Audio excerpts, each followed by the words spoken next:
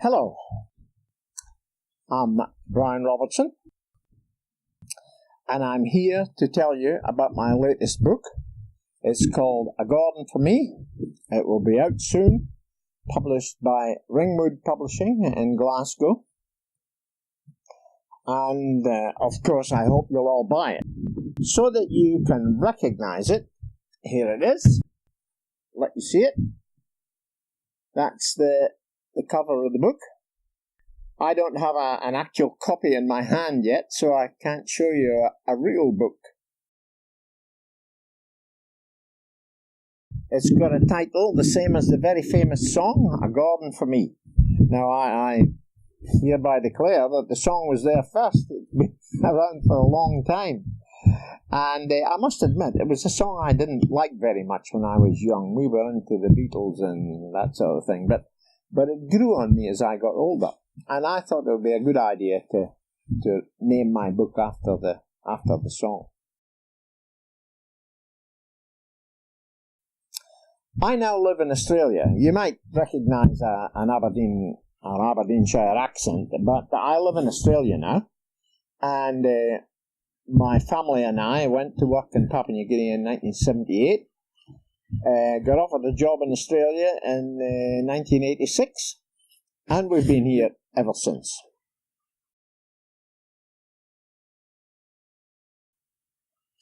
So I've been writing books of one kind or another since I retired about 1998.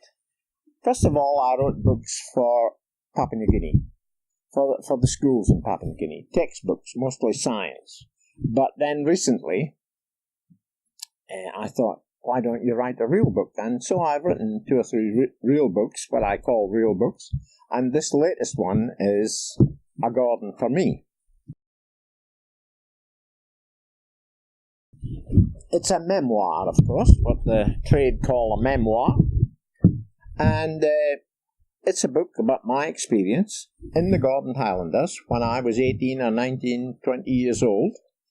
And I went to the Gordon Highlanders in January 1955 and came out in January 1957. Just the 2 years, all of 1955 and all of 1956. That's what they called then national service. And I write a bit about national service in the book for those of you that are unfamiliar with the term, who are very young and looking at this video. National service was a law passed by the British government that required all men to join the Army, Navy or the Air Force for an extended period of time during the war. They had to remain there till the war finished, of course. And then after the war, they kept that law going and recruited all young men, able-bodied young men, to join again for 2 years, a limited period of 2 years. Right up until 1960, I think. 1960 it ended. And so that's what national service was. Whether it was right or not, I discuss a little of that in the book. It was very sexist, that's for sure. It only required that men join. So if they had it again today, perhaps it would require that women joined as well. I don't know how that would work. But anyway, that's all history now. This one is mostly about my time in Cyprus, because that was what national service was for. It was for sort of looking after the colonies, the British Empire. And Cyprus was about the last British Empire bit that wasn't yet independent. The Greek people in Cyprus wanted to join with Greece, and of course the Turks, they didn't have much of a say in it for a start. They were much more vociferous about it later on, but in the end Cyprus became independent, and it's independent today, self-governing, although Britain still has bases on Cyprus even today. There are few books about National Service and about the Gordon Highlanders. In fact, I don't think any other Gordon Highlander has written a memoir about his time there as National Service. There is one very, very good book. It's called A Forgotten Highlander, or The Forgotten Highlander. It's by Alistair Urquhart, and it's about his time as a prisoner of the Japanese in the Second World War. He was a Gordon Highlander, and it's a fantastic book, and I recommend you read that while you're buying my book. It's for sale at the Gordon's museum.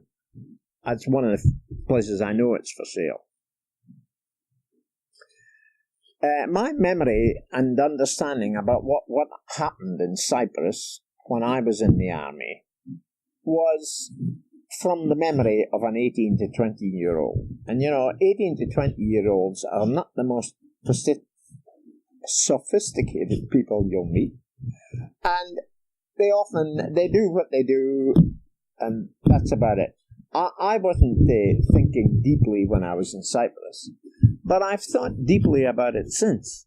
And I know there's a huge difference to what I was doing and what happened around me in Cyprus in these years, 55 and 56, and what I understand and know about the situation today through the things I've read about it.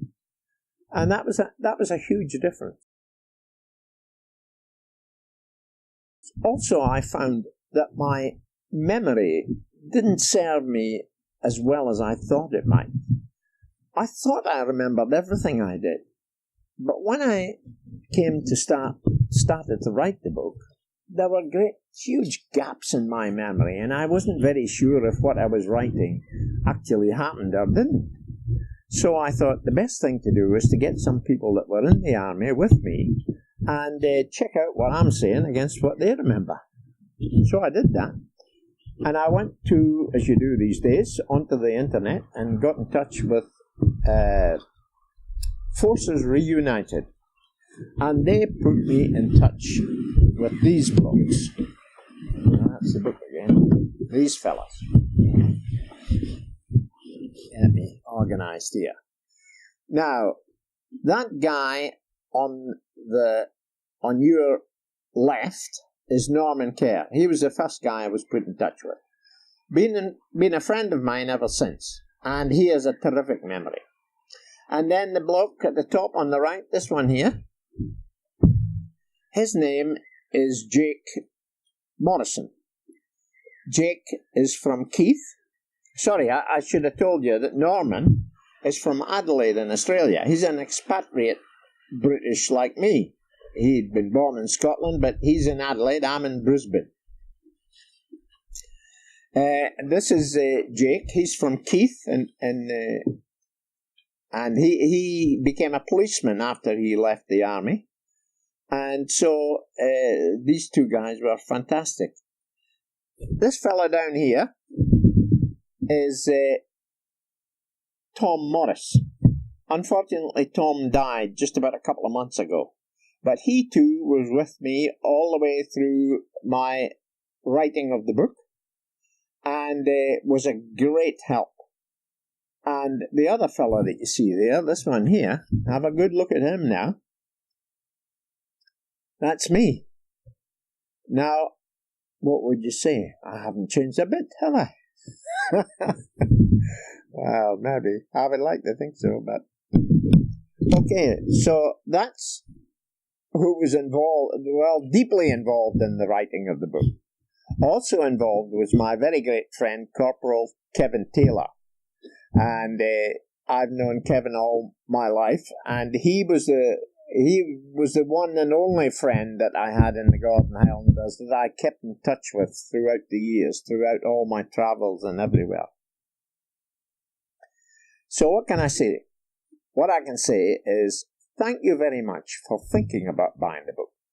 Now, I'm an Aberdonian, so I don't spend my money lightly, but this book only costs you 10 quid. And even I would consider buying a terrific book like this for 10 Thank you very much for listening to my story, at least. Did I tell you I'm in my backyard? This is my backyard. It's a beautiful spring day, very balmy in Brisbane. Okay, thank you very much.